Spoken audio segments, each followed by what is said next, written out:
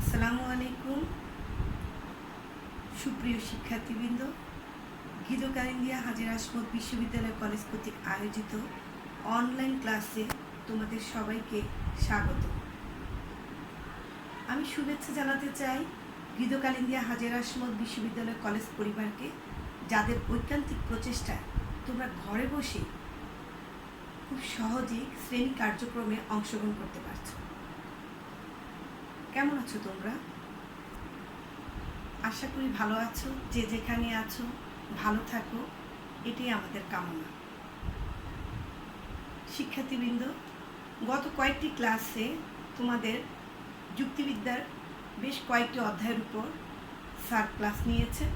আমি আশা করি তোমরা কিছুটা হলেও উপকৃত হয়েছ। আজ আমি তোমাদেরকে যুক্তিবিদ্যা প্রথম পত্রের তৃতীয় অধ্যায়ের উপরে যুক্তির উপাদান, এটার উপর আমি একটা ক্লাস নেব। তোমরা মনোযোগ সহকারে ক্লাসটা দেখবে। তাহলে চলো আমরা ক্লাসে চলে যাই। আমাদের আলোচ্য বিষয়টা হচ্ছে তৃতীয় অধ্যায় যুক্তির উপাদান। যুক্তির উপাদান নিয়ে আলোচনা করতে গেলে প্রথমে আসে যুক্তিবাক্য কাকে বলে। যুক্তিবাক্যটা কি? যুক্তিবাক্যটা হচ্ছে একটা অনুমান প্রক্রিয়ার এমন একটি অংশ যা সবসময় দুটি পদের মধ্যে ইতিবাচক এবং নেতিবাচক সম্পর্কের উল্লেখ করে। তাহলে আমরা যুক্তিবাক্য কাকে বলে দেখলাম, যে অনুমান প্রক্রিয়ার এমন একটি অংশ যা সবসময় দুটি পদের মধ্যে ইতিবাচক এবং নেতিবাচক সম্পর্ক উল্লেখ করে। এখন আসো, দুটি পদ, তোমাদের প্রশ্ন থাকতে পারে দুটি পদ কি?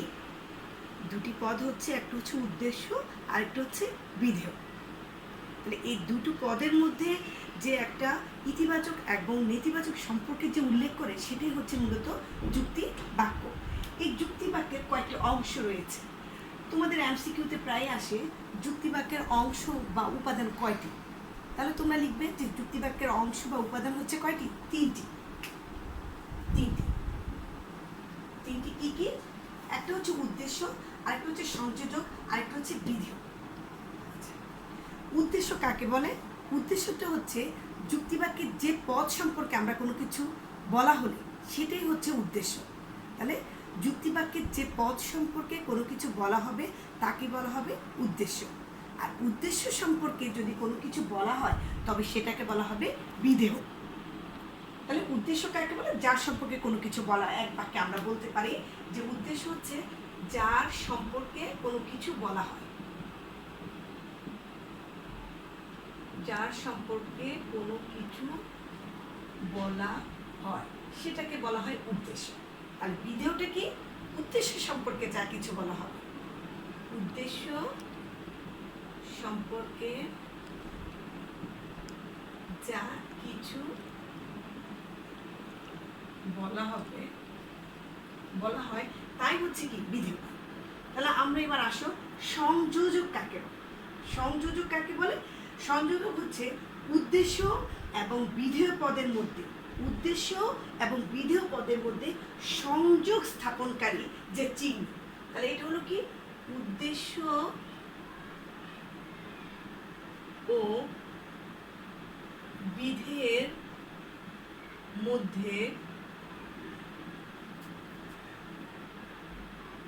সংযোগ স্থাপনকারী চিহ্ন। তাহলে আমরা দেখো, সংযোজক কাকে বলবো? উদ্দেশ্য এবং বিধেয় পদের মধ্যে সংযোগ স্থাপনকারী যে চিহ্নটা, সেটাকে বলা হবে মূলত সংযোজক। আর এই চিহ্নটা হবে ইতিবাচক হতে পারে, এই চিহ্নটা হয় ইতিবাচক হবে নতুবা নেতিবাচক হবে, যে কোনো একটা সম্পর্ক হবে, ইতিবাচক অথবা নেতিবাচক সম্পর্ক। এবার আসো, আমি যুক্তি বাক্যের একটা উদাহরণ দিয়ে তোমাদেরকে বুঝিয়ে দিই। যদি আমি বলি যে কোকিল হয় কালো, কোকিল হয় কালো। এখানে আসো, দেখো যে কোকিল আর কালো, কোকিল কি? এখানে এই যে বাক্যটা কোকিল হয় কালো, তার কাকে কালো বোঝানো হয়েছে? কোকিল। কোকিল সম্পর্কে বলা হয়েছে। আমরা বলেছিলাম উদ্দেশ্য পদটা হচ্ছে যার সম্পর্কে কোনো কিছু বলা হয় তাকে বলা হবে উদ্দেশ্য। এখানে এই বাক্যটার মধ্যে কোকিল সম্পর্কে বলা হয়েছে, এই জন্য কোকিলটা হচ্ছে উদ্দেশ্য। আচ্ছা, এবার বলেছিলাম যে কালো, কাকে কালো বলা হয়েছে? কোকিলকে কালো বলা হয়েছে। তাহলে আমরা কিন্তু বিধেয় সংজ্ঞা পড়েছিলাম যে উদ্দেশ্য সম্পর্কে যা কিছু বলা হলে সেটাকে বলা হবে বিধেয়। এখানে কালোটা কার সম্পর্কে বলা হয়েছে? কোকিল সম্পর্কে বলা হয়েছে, সেজন্য কালোটা হচ্ছে বিধেয়। এরপর আসো উদ্দেশ্য এবং বিধেয়ের মধ্যে যে সংযোগ স্থাপনকারী এই যে দুইটা শব্দ, এই দুইটা শব্দের মধ্যে উদ্দেশ্য এবং বিধেয় পদ, এই দুইটার মধ্যে এই যে হয়, এই হয় শব্দটা দ্বারা এটা দুইটা শব্দের সংযোগ স্থাপন করা হয়েছে। এই সংযোগ স্থাপনকারী চিহ্নটা হলো ইতিবাচক চিহ্ন একটা, যেহেতু হয় বলা হয়েছে, হয় মানে ইতিবাচক। আর এটা কি বলা হয়? সংযোজক। সংযোজক। তাহলে আমরা কি দেখলাম যে এই বাক্যে যে উদাহরণটা আমরা যুক্তিবাক্য বলেছি, যুক্তিবাক্য বলেছি কি? যুক্তিবাক্য হচ্ছে অনুমান প্রক্রিয়ার এমন একটি অংশ যা দুটি পদের মধ্যে একটি ইতিবাচক অথবা নেতিবাচক সম্পর্ক প্রকাশ করে। এখানে দেখো, আর উদ্দেশ্য কাকে বলে বলেছি আমরা? যার সম্পর্কে কোনো কিছু বলা হয় তাকে বলা হয় উদ্দেশ্য। আর বিধেয় কাকে বলা হয়? উদ্দেশ্য সম্পর্কে যদি কোনো কিছু বলা হয় তাহলে তাকে বলা হয় বিধেয়। আর উদ্দেশ্য এবং বিধেয়ের মধ্যে যে সংযোগ স্থাপন করে সেই চিহ্নটাকে বলা হয় সংযোজক। এবার তো আমরা একটা ইতিবাচক সম্পর্ক দিয়েছি, এবার আসো আমরা একটা নেতিবাচক একটা উদাহরণ দিই। যদি আমি বলি মানুষ নয় অমর, এখানে আবার বলো কার সম্পর্কে বলা হয়েছে? এই বাক্যটাতে বলা হয়েছে মানুষ সম্পর্কে। তাহলে যার সম্পর্কে কোনো কিছু বলা হবে তাকে বলা হবে কি? উদ্দেশ্য। আর অমর কাকে বোঝানো হয়েছে? মানুষকে বোঝানো হয়েছে। তাহলে উদ্দেশ্য সম্পর্কে যা কিছু বলা হবে তাকে বলা হবে কি? বিধেয়। আর উদ্দেশ্য এবং বিধেয় পদের মধ্যে সংযোগ স্থাপনকারী যে চিহ্নটা তাকে বলা হবে কি? সংযোজক। তাহলে আমরা যুক্তিবাক্যের সংজ্ঞাটা সুন্দরভাবে পেলাম যে যুক্তিবাক্য হচ্ছে অনুমান প্রক্রিয়ার এমন একটি অংশ যেখানে দুটি পদের মধ্যে, দুটি পদ কি বলেছি? উদ্দেশ্য এবং বিধেয় পদ, দুটি পদের মধ্যে ইতিবাচক অথবা নেতিবাচক সম্পর্ক যদি উল্লেখ করা হয় তাহলে সেটাকে বলা হবে মূলত যুক্তিবাক্য। তাহলে আমি আশা করি তোমাদের সবার যুক্তিবাক্য সম্পর্কটা নিয়ে আর কোনো সমস্যা থাকার কথা না। এবার আসো, তাহলে আমরা এটা কমপ্লিট হলো। এবার আসো আমরা দেখি বাক্য এবং যুক্তিবাক্য কাকে বলে সেই বিষয়টা দেখতে। কারণ আমাদের অনেক সময় পরীক্ষা দেখা যায় 2 নম্বরে একটা প্রশ্ন আসে যে বাক্য এবং যুক্তিবাক্য কি এক, অথবা বাক্য বা যুক্তিবাক্যের মধ্যে পার্থক্য লিখো। তাহলে বাক্য মানে কি? আমরা কিন্তু ছোটবেলা থেকে বাক্য সম্পর্কে পড়ে এসেছি যে পাশাপাশি কয়েকটি শব্দ একত্রে মিলিত হয়ে যদি মনের ভাব প্রকাশ করে তবে তাকে বলা হয় কি? বাক্য। তাহলে পাশাপাশি কতগুলো শব্দ যদি একত্রে বসে মনের ভাব প্রকাশ করে তাকে বলা হয় বাক্য। এবার আসো আমি একটু বিষয়টাকে বুঝিয়ে দিই, আমরা উদাহরণটা এটাকে মুছে ফেলি। তাহলে বাক্য কাকে বলে? দুটি বা একাধিক শব্দ পাশাপাশি বসে যদি মনের ভাব প্রকাশ করে তবে তাকে বলা হয় বাক্য। আর যুক্তিবাক্য কাকে বলে সেটা তো আগে বলেছি যে অনুমান প্রক্রিয়ার এমন একটি অংশ যা সবসময় দুটি পদের মধ্যে কি করে? একটা ইতিবাচক অথবা নেতিবাচক সম্পর্কে উল্লেখ করে। এখন প্রশ্ন যদি আসে বাক্য যুক্তিবাক্য কি এক, তাহলে তোমরা বলবা যে না, বাক্য এবং যুক্তিবাক্য এক না। কেননা বাক্য যদি বলি, আমি এখানে লিখলাম যে রতন শিক্ষিত, এর পরের বাক্যে লিখলাম রতন হয় শিক্ষিত। তোমাদের এমসিকিউতে প্রায় থাকে এরকম একটা উদাহরণ, বাঁধন দিয়ে থাকে, ঠিক যে কোনো নাম দিয়ে থাকতে পারে যে রতন শিক্ষিত, এটাকে ধরা হয়েছে বাক্য। আর এখানে দেওয়া হয় একটা প্রশ্নবোধক চিহ্ন এবং বলা হয় যে প্রশ্নবোধক চিহ্নিত স্থানে কি বসবে। তাহলে তোমরা জানো আমি বলেছি যে আমাদের যুক্তিবাক্য হতে গেলে তার মধ্যে একটা ইতিবাচক অথবা নেতিবাচক সম্পর্ক উল্লেখ থাকবে। কিন্তু বাক্য দেখো, বাক্য হলো পাশাপাশি কয়েকটি শব্দ পাশাপাশি বসে কিন্তু মনে ভাব প্রকাশ করেছে রতন শিক্ষিত, এটা একটা বাক্য, এটা ব্যাকরণিক বাক্য। কিন্তু যদি যুক্তিবাক্য হতে হয় তাহলে তাকে অবশ্যই হয় অথবা নয় তার মধ্যে থাকতে হবে। তাহলে যদি প্রশ্ন আসে রতন শিক্ষিত, এটা বাক্য হলে রতন হয় শিক্ষিত, এটা কি হবে? তাহলে তোমরা বলবে যে এটা হচ্ছে কি? যুক্তিবাক্য। রতন হয় শিক্ষিত, এটা হচ্ছে যুক্তিবাক্য। তাহলে আমরা দেখলাম যে বাক্য হতে গেলে সেখানে কিন্তু সংযোজক প্রয়োজন হয় না, কিন্তু যুক্তিবাক্য হতে বলতে গেলে সেখানে কিন্তু সংযোজক একটা খুব গুরুত্বপূর্ণ একটা ভূমিকা রয়েছে। তাহলে আমরা বাক্য এবং যুক্তিবাক্য যদি পার্থক্য আসে বা বাক্য যুক্তিবাক্য কি এক, এরকম যদি কোনো প্রশ্ন আসে, তাহলে আমরা সংজ্ঞাগত একটা পার্থক্য দেখব যে বাক্য কাকে বলে, যুক্তিবাক্য কাকে বলে। এরপরে আমরা একটা উদাহরণ দিয়ে বুঝিয়ে দেব এবং এরপর আমরা লিখব যে সব বাক্যের ক্ষেত্রে সংযোজনের প্রয়োজন হয় না, কিন্তু যুক্তিবাক্যের ক্ষেত্রে সংযোজকের প্রয়োজন হয়। বাক্যের পরিধি সেই জন্য ব্যাপক, আর যুক্তিবাক্যের পরিধিটা কি সংকীর্ণ। আমরা এরকম কতগুলো উদাহরণ দিয়ে বাক্য এবং যুক্তিবাক্য কি এক বা পার্থক্য সেটাকে আমরা লিখতে পারি।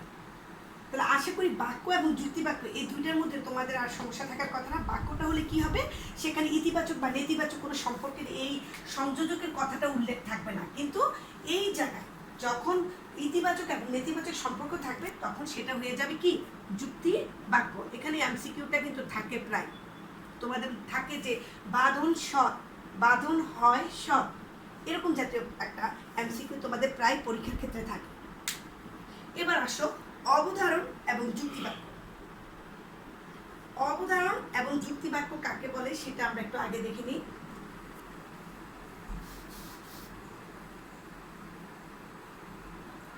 অবধারণটা হচ্ছে একটা মানসিক প্রক্রিয়া।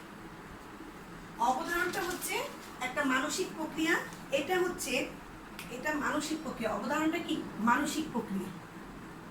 মানসিক প্রক্রিয়া এটা হচ্ছে মানুষের চিন্তার একটা প্রাথমিক স্তর।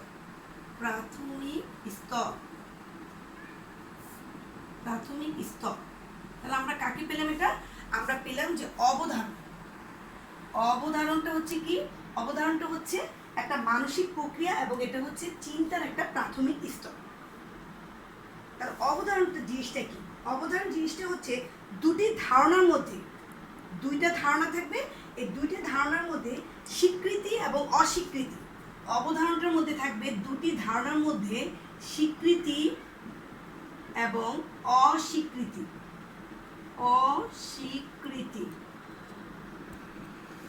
তাহলে আমরা যদি এক কথা বলতে চাই যে অবধারণ কাকে বলে, তাহলে আমরা বলবো যে দুটি ধারণার মধ্যে স্বীকৃতি এবং অস্বীকৃতিমূলক যে মানসিক যে প্রচেষ্টা বা মানসিক যে অবস্থা, সেটাকে বলা হয় মূলত অবধারণ। তাহলে মানসিক প্রক্রিয়া এটা একটা চিন্তার প্রাথমিক স্তর। এটা হচ্ছে দুটি মানুষের মনে মনে হয়। অবধারণটা মানুষের একটা মানসিক প্রক্রিয়া। এটা হচ্ছে মানুষ দুটি ধারণার মধ্যে একটা স্বীকৃতি এবং অস্বীকৃতি সূচক একটা সম্পর্ক স্থাপন করে, সেটাকে বলা হয় অবধারণ। আর যুক্তি বাক্যটা কি সেটা তো আগেই বলেছি। যুক্তি বাক্যটা হচ্ছে অনুমান প্রক্রিয়া একটা এমন একটা অংশ যেটা দুটি পদের মধ্যে কি করে একটা ইতিবাচক এবং নেতিবাচক সম্পর্কের উল্লেখ করে। এবার আসো যদি বলে অবধারণ এবং যুক্তিবাক্য কি এক, অথবা অবধারণ এবং যুক্তিবাক্যের মধ্যে পার্থক্য লিখো, তাহলে আমরা কি করব? সংজ্ঞাগত পার্থক্যটাকে আগে লিখব যে অবধারণ কাকে বলে, যুক্তিবাক্য কাকে বলে। তারপর আমরা লিখতে পারি যে অবধারণটা হচ্ছে একটা মানসিক প্রক্রিয়া, এটা হলো চিন্তার একটা প্রাথমিক স্তর। আমরা এইভাবে লিখতে পারি, এটা প্রাথমিক স্তর কার? চিন্তার প্রাথমিক স্তর। এটা হচ্ছে প্রাথমিক স্তর চিন্তা। আমরা এইভাবে না বলে কথাটাকে এবার গুছিয়ে লিখতে মনে ভালো হয়, যেটি হচ্ছে চিন্তার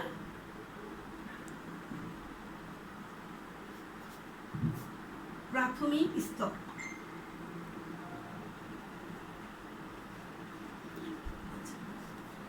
তাহলে অবধারণটা হচ্ছে মানসিক প্রক্রিয়া, এটা হলো চিন্তার প্রাথমিক স্তর। আর যুক্তিবাক্যটা কি? যুক্তিবাক্যটা হচ্ছে চিন্তার, এটা হচ্ছে পরিণত স্তর। এটা হচ্ছে প্রাথমিক স্তর আর যুক্তিবাক্যটা হচ্ছে পরিণত স্তর, কারণ আমরা মনে মনে চিন্তাটা করি, এরপরে যুক্তিবাক্যে সেটা লিখে প্রকাশ করি, এই জন্য এটা হচ্ছে চিন্তার পরিণত স্তর। তাহলে অবধারণ হচ্ছে প্রাথমিক স্তর, যুক্তিবাক্যটা হচ্ছে কি চিন্তার প্রাথমিক স্তর। আবার দেখো অবধারণটা সবসময় মনোবিদ্যার একটা বিষয়, যেটা একটা মানসিক প্রক্রিয়া সেটা একটা মনোবিদ্যার বিষয়। আর যুক্তিবাক্যটা হচ্ছে কি? যুক্তিবাক্যটা হচ্ছে যুক্তিবিদ্যার একটা বিষয়। অবধারণের ক্ষেত্রে কিন্তু কোনো শর্ত মানতে হয় না, কিন্তু যুক্তিবাক্যের ক্ষেত্রে কিন্তু শর্ত মানতে হয়। তাহলে শর্তগুলো কি কি?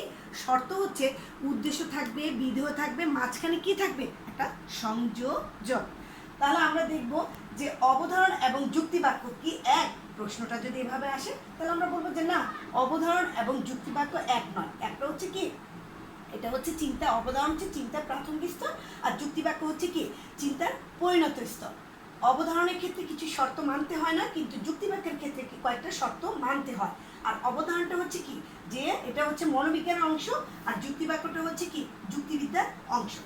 তাহলে আমি আশা করি তোমাদের যুক্তিবাক্য, যুক্তির অংশ বা বাক্য, যুক্তিবাক্য, অবধারণ, যুক্তিবাক্য এই বিষয়টা নিয়ে তোমাদের আমি কিছুটা হলেও তোমরা বুঝতে পেরেছো নাকি? সমস্যা থাকলে অবশ্যই জানাবা। এবার আসো আমরা পদ নিয়ে আলোচনা করব। আচ্ছা, আমরা এবার আসো পদ নিয়ে আলোচনা করব। পদের ইংরেজি প্রতিশব্দটা হচ্ছে টার্ম। পদের ইংরেজি প্রতিশব্দ হচ্ছে টার্ম। এই টার্ম শব্দটা আসছে ল্যাটিন শব্দ টার্মিনাস থেকে। টার্মিনাস থেকে এর অর্থটা কি? প্রান্ত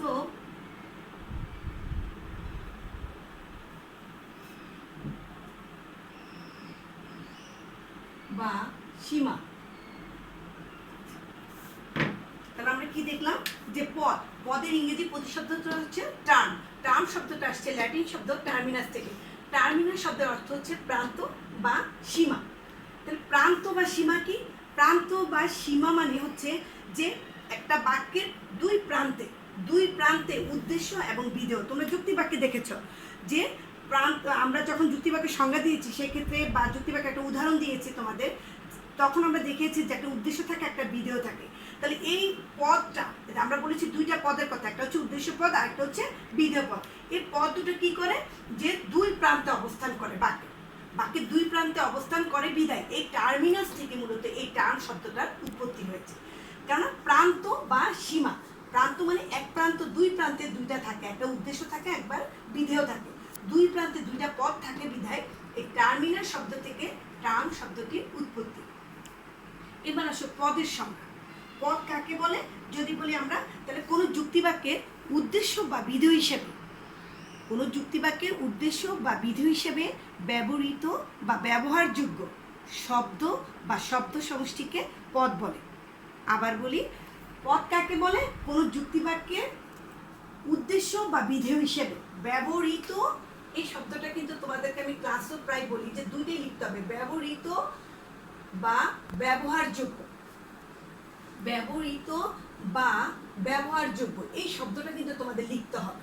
তাহলে কিছু ব্যবহার, সব শব্দে আমরা ব্যবহার করি না, কিছু ব্যবহারযোগ্যতা রাখে। সেই জন্য আমরা বলবো যে পদ কাকে বলে? কোনো যুক্তিবাক্যের উদ্দেশ্য বা বিধেয় হিসেবে ব্যবহৃত বা ব্যবহারযোগ্য শব্দ বা শব্দ সমষ্টিকে, শব্দ সমষ্টি, এই শব্দ সমষ্টিকে বলা হয় মূলত কি? পদ। তাহলে আমরা এখানে পুরোটা লিখলাম না বিষয়টা, যে পদের সংজ্ঞাটা হচ্ছে কোনো যুক্তিবাক্যের উদ্দেশ্য বা বিধেয় হিসেবে ব্যবহৃত বা ব্যবহারযোগ্য শব্দ বা শব্দ সমষ্টিকে পদ বলে। এবার আসো পদের একটা উদাহরণ দিই আমরা। পদের যদি উদাহরণ দিই আমরা, তাহলে সেক্ষেত্রে হবে যে মানুষ হয় মরণশীল। মানুষ হয় মরণশীল।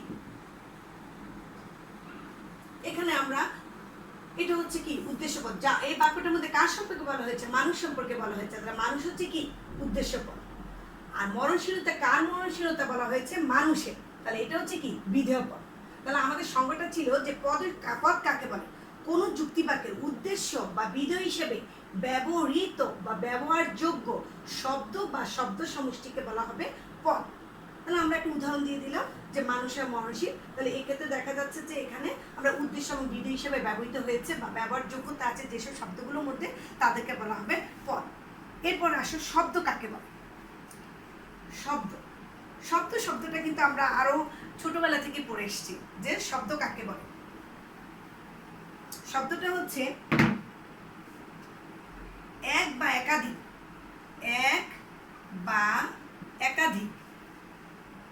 বা একাধিক বর্ণগুলো তো চিনি, ক, খ, অ, আ, এগুলোই তো বর্ণ। এক বা একাধিক বর্ণ একত্রে মিলিত হয়ে যে অর্থ প্রকাশ করে তাই কি? শব্দ। আচ্ছা, তাহলে আমরা দেখলাম যে পদ আমরা হয়ে গেল, আমাদের পদের সংজ্ঞাটা আমরা পেলাম। আমি কিন্তু ক্লাসে তোমাদেরকে এই সংজ্ঞাটাকে লিখে দিয়েছি। এরপর আসো শব্দ। শব্দটি কি হয়েছে? এক বা একাধিক বর্ণ একত্রে মিলিত হয়ে যে অর্থ প্রকাশ করে তাকে বলা হয় কি? শব্দ। এই শব্দের প্রকারভেদ আছে। শব্দ কয় প্রকার আছে দেখো, আমরা বলি শব্দের যদি প্রকারভেদ বলি, আমরা শব্দের প্রকারভেদ, শব্দকে 3 ভাগে ভাগ করা যায়। 3 ভাগে ভাগ করা যায়।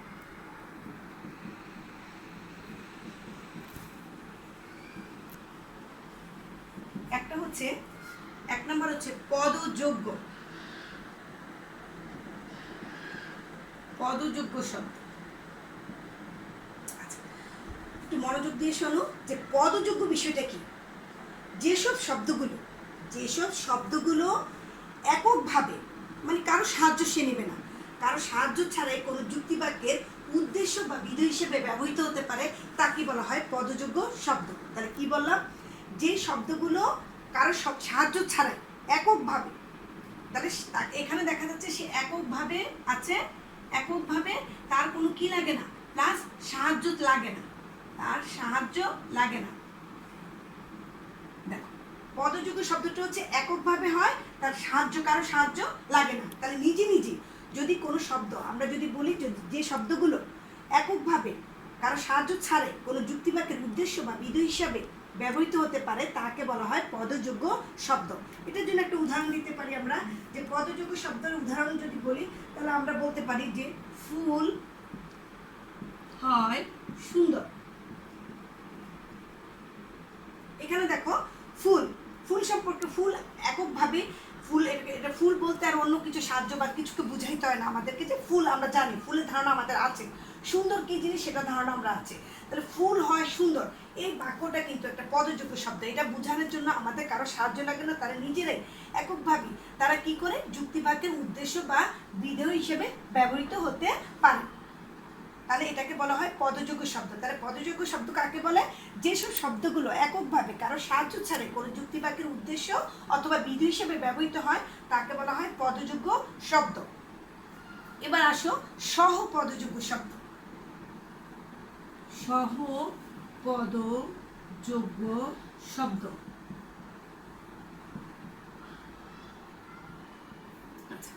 দেখো, কথাটার মধ্যেই কিন্তু তোমার আছে পদযোগ্য, মানে সে নিজে নিজে পদ হতে পারে, আর সহপদযোগ্য মানে কি, তার সাহায্য লাগে। তাহলে সহপদযোগ্য শব্দ কাকে বলে? যে শব্দগুলো এককভাবে কোনো যুক্তিবাক্যের উদ্দেশ্য বা বিধেয় হিসেবে ব্যবহৃত হতে পারে না। তাহলে কি করে সে? তার কারো সাহায্য ছাড়া। তাহলে আমরা এটা বলবো যে তার সাহায্য ছাড়া না, সে হলো সাহায্য লাগে। তাহলে যদি আমরা বলি যে শব্দ কাকে বলে, তাহলে আমরা বলবো সহপদযোগ্য শব্দ কাকে বলে, তাহলে আমরা বলবো যে যেসব শব্দগুলো কারো সাহায্য নিয়ে কোনো যুক্তিবাক্যের উদ্দেশ্য বা বিধেয়ভাবে ব্যবহৃত হতে পারে তাকে বলা হয় কি? সহপদযোগ্য শব্দ। তাহলে এটাতে কি এককভাবে না, এটা হলো সাহায্য লাগে, ওর হলো কি লাগে? সাহায্য লাগে, সাহায্য প্রয়োজন, তার কিন্তু সাহায্য প্রয়োজন, এই জন্য কিন্তু ওর নাম কিন্তু হচ্ছে কি? সহপদযোগ্য, মানে তার সহকারী লাগে একজন। তাহলে এরকম শব্দগুলো কি কি হবে? যেমন কোনো শব্দের সাথে যদি টি, টা, খানাখানি এই শব্দগুলো থাকে তাহলে আমরা বুঝবো যে সেগুলো হচ্ছে কি? সহপদযোগ্য শব্দ। যেমন যদি আমি বলি, উদাহরণ একটা দিই, কলম হয় দামি, তাহলে কিন্তু তোমাদের বলবো যেটা ম্যাডাম কি হয়েছে, যে কলম কি, সব কলম কি দামি? না, সব কলম দামি না। তাহলে আমার এই ক্ষেত্রে যদি আমি বাক্যটাকে বলি যে কলমটি, এই যে কলমটি, এই যে টি যে বসিয়েছি এটাই হলো সহপদযোগ্য। তাহলে আমরা কি বুঝলাম? যদি কোনো শব্দের মধ্যে যদি টি, টা, খানাখানি, ও এবং আর এইসব জাতীয় যদি কোনো শব্দ যুক্ত থাকে তাহলে আমরা বুঝবো যে এগুলোকে বলা হয় কি? সহপদযোগ্য শব্দ। তাহলে সহপদযোগ্য শব্দের অর্থ হচ্ছে কলমটি। যদি আমি বলি খাতাখানি, যদি আমি বলি ব্যাগটি, এই জিনিস বা টা, কলমটা, ব্যাগটা, এরকম যদি আমরা কোনো কিছু বলি তাহলে টি, টা, খানাখানি যদি কোনো বাক্যের মধ্যে থাকে, শব্দের সাথে যুক্ত হয়, কোনো শব্দের সাথে যদি টি, টা, খানাখানি শব্দ যুক্ত হয় তাহলে আমরা বুঝবো একে বলা হয় কি? সহপদযোগ্য শব্দ। তাহলে দেখো, পদযোগ্য শব্দটা হচ্ছে এককভাবে কারো সাহায্য ছাড়াই কোনো যুক্তিবাক্যের উদ্দেশ্য অথবা বিধেয় হিসেবে ব্যবহৃত হতে পারে।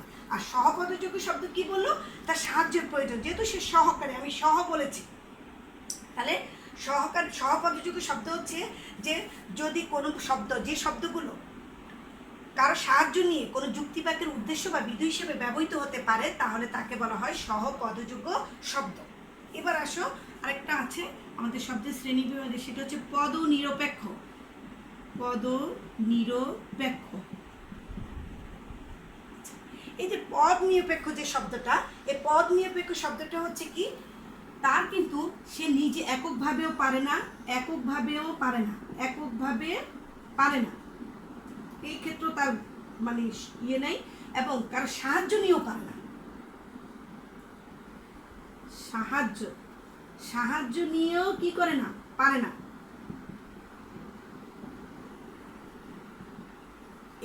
তাহলে আমরা দেখলাম যে পদনিরপেক্ষ শব্দগুলো হচ্ছে এককভাবে পারে না, কারো সাহায্য নিয়েও পারে না, মানে কোনোভাবে।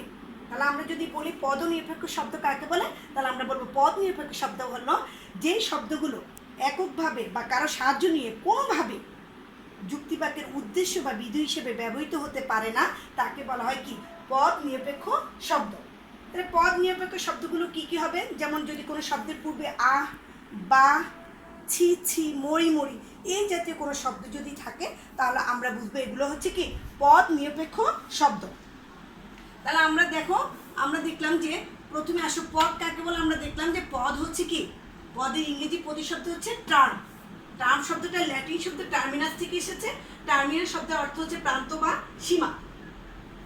পদের সংজ্ঞাটা আমরা কি বলবো, পদের সংজ্ঞাটা হচ্ছে যে কোনো যুক্তিবাক্যের উদ্দেশ্য বা বিধেয় হিসেবে ব্যবহৃত বা ব্যবহারযোগ্য শব্দ বা শব্দ সমষ্টিকে বলা হয় পদ। পদের উদাহরণ কি বললাম, যদি আমরা মানুষ হয় মরণশীল যদি বলি, তাহলে এটা হলো কি, কোনো যুক্তিবাক্যের উদ্দেশ্য আর বিধেয় হিসেবে ব্যবহৃত শব্দ বা শব্দ সমষ্টি, এজন্য এটা হচ্ছে কি পদ। এরপরে বলেছি তোমাদেরকে শব্দ। শব্দ কি, এক বা একাধিক বর্ণ একত্রে মিলিত হয়ে যদি কোনো অর্থ প্রকাশ করে, তাকে বলা হবে কি শব্দ। আর শব্দের প্রকারভেদ, শব্দকে তিন ভাগে ভাগ করা যায়, একটা হচ্ছে পদযোগ্য শব্দ, আরেকটা হচ্ছে সহপদযোগ্য শব্দ, আরেকটা হচ্ছে পদ নিরপেক্ষ শব্দ। পদযোগ্য শব্দ কাকে বলে, যে শব্দগুলো এককভাবে কোনো যুক্তিবাক্যের উদ্দেশ্য বা বিধেয় হিসেবে ব্যবহৃত হতে পারে, তাকে বলা হয় কি পদযোগ্য শব্দ। আর সহপদযোগ্য শব্দ হচ্ছে কি, যে পদগুলো এককভাবে ব্যবহৃত হতে পারে না, তাকে ব্যবহৃত হতে হলে কি করে, তার সাহায্যের প্রয়োজন হয়, সেই শব্দগুলোকে বলা হয় সহপদযোগ্য শব্দ। যেমন এখানে আমি টি, টা, খানাখানি বলেছি, যে এই জাতীয় ও এবং আর এই জাতীয় শব্দগুলো যদি কোনো বাক্যের মধ্যে থাকে, তাহলে সেটা হবে কি সহপদযোগ্য শব্দ। এরপর আসো পদ নিরপেক্ষ। পদ নিরপেক্ষ শব্দ কাকে বলে, যেসব শব্দগুলো এককভাবে কোনো যুক্তিবাক্যের ব্যবহৃত হতে পারে না, আবার কারো সাহায্য নিয়েও পারে না, মানে কোনোভাবেই সে পারে না, তাহলে তাকে বলা হয় কি পদ নিরপেক্ষ শব্দ। এই শব্দগুলোর মধ্যে আমি উদাহরণ বলেছিলাম তোমাদের, ছি, আহা, মরি মরি, বা এই জাতীয় শব্দগুলো। তাহলে আমি আশা করি তোমাদের বিষয়টা অনেক ক্লিয়ার হয়েছে, যে পদের সংজ্ঞা, পদ, তারপরে শব্দ, শব্দের প্রকারভেদ। আর আরেকটা প্রশ্ন তোমাদের প্রায় আসে, সেটা হচ্ছে কি পদ এবং শব্দের মধ্যে পার্থক্য। যে পার্থক্যটা আমি কিন্তু ক্লাসে তোমাদের লিখে দিয়েছি। তোমাদের পদ এবং পদেও শব্দের মধ্যে যে পার্থক্যটা, সেই পার্থক্যটা কিন্তু আমি ক্লাসে লিখে দিয়েছি। তারপরও তোমাদের সুবিধার্থে আমি একটু ছোট করে বলে দিই, যে পদ এবং শব্দের মধ্যে যদি পার্থক্য আসে, তাহলে সেক্ষেত্রে কী করবা, সংজ্ঞাগত যে পার্থক্যটা, এই সংজ্ঞাটা দেবা, পদের সংজ্ঞাটা দেবা। দেওয়ার পর তুমি লিখবা যে শব্দের একাধিক অর্থ থাকতে পারে, পদের একাধিক অর্থ কি থাকে না। শব্দের একাধিক অর্থ থাকতে পারে মানে কি, যে আমরা যদি বলি শব্দ, যদি আমি বলি বসন্ত, বসন্ত শব্দটা বললে কিন্তু তোমার কাছে মনে হতে পারে এটা কি একটা ঋতু নাকি একটা রোগ।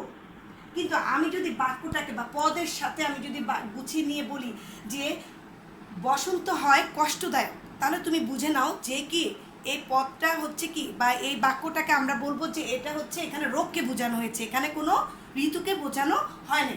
তাহলে আমরা দেখো পদ এবং শব্দের মধ্যে এরকম অনেক পার্থক্য আমি তোমাদের লিখে দিয়েছি ক্লাসের মধ্যে। তোমরা আশা করি সেই পার্থক্যগুলো আমি ফার্স্ট ইয়ারকেও লিখে দিয়েছি, এবং সেকেন্ড ইয়ারে যারা স্টুডেন্ট আছো, মানে যারা এবার পরীক্ষার্থী, তাদের সবাইকে লিখে দিয়েছি।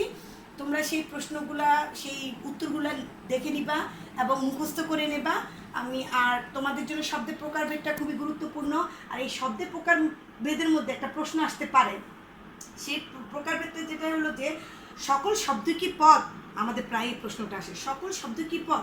তখন তোমাদের বলতে হবে যে না, সকল শব্দই পদ নয়, শুধুমাত্র পদযোগ্য শব্দটাই হচ্ছে কি পদ। কেননা পদযোগ্য শব্দটা পদ কেন? সে এককভাবে স্বাধীনভাবে কারো সাহায্য ছাড়াই কোনো যুক্তিবাদের উদ্দেশ্য বা বিধি হিসেবে ব্যবহৃত হতে পারে। এই জন্য পদযোগ্য শব্দটাকে শুধুমাত্র কি বলবো আমরা? এটাকে পদ বলবো। কিন্তু সহপদযোগ্য শব্দ এবং পদনিরপেক্ষ শব্দটাকে আমরা পদ বলবো না, কেন? ওর সাহায্য লাগে আর ও তো কোনোভাবেই কোনো যুক্তিবাদের উদ্দেশ্য বা বিধি হিসেবে ব্যবহৃত হতে পারে না। তাহলে আমি প্রশ্নটা যেটা বললাম যে সকল শব্দ কি পদ, এটার উত্তরে তোমরা লিখবা যে না, সকল শব্দ পদ নয়, শুধুমাত্র পদযোগ্য শব্দকে পদ বলা হয়। আর সহপদযোগ্য শব্দ এবং পদনিরপেক্ষ শব্দ পদ হতে পারে না, কারণ সহপদযোগ্য শব্দকে পদ হতে পারে না এই জন্য যে ওর সাহায্যের প্রয়োজন হয় পদ হতে গেলে। আর পদনিরপেক্ষ শব্দটা কোনোভাবেই কোনো যুক্তিবাদের উদ্দেশ্য বা বিধি হিসাবে ব্যবহৃত হতে পারে না। তাহলে আমি আশা করি তোমাদের ক্লাসটা যদি তোমরা কোনো সমস্যা থাকে তাহলে অবশ্যই তোমরা আমার সাথে যোগাযোগ করবে। আর যেহেতু কোভিড-19-এর কারণে আমাদের রুগীর সংখ্যা কিন্তু দিন দিন বেড়েই চলেছে, তাই তোমাদের সবাইকে বলবো ঘরে থাকো, ভালো থাকো, সুস্থ থাকো। আল্লাহ হাফেজ।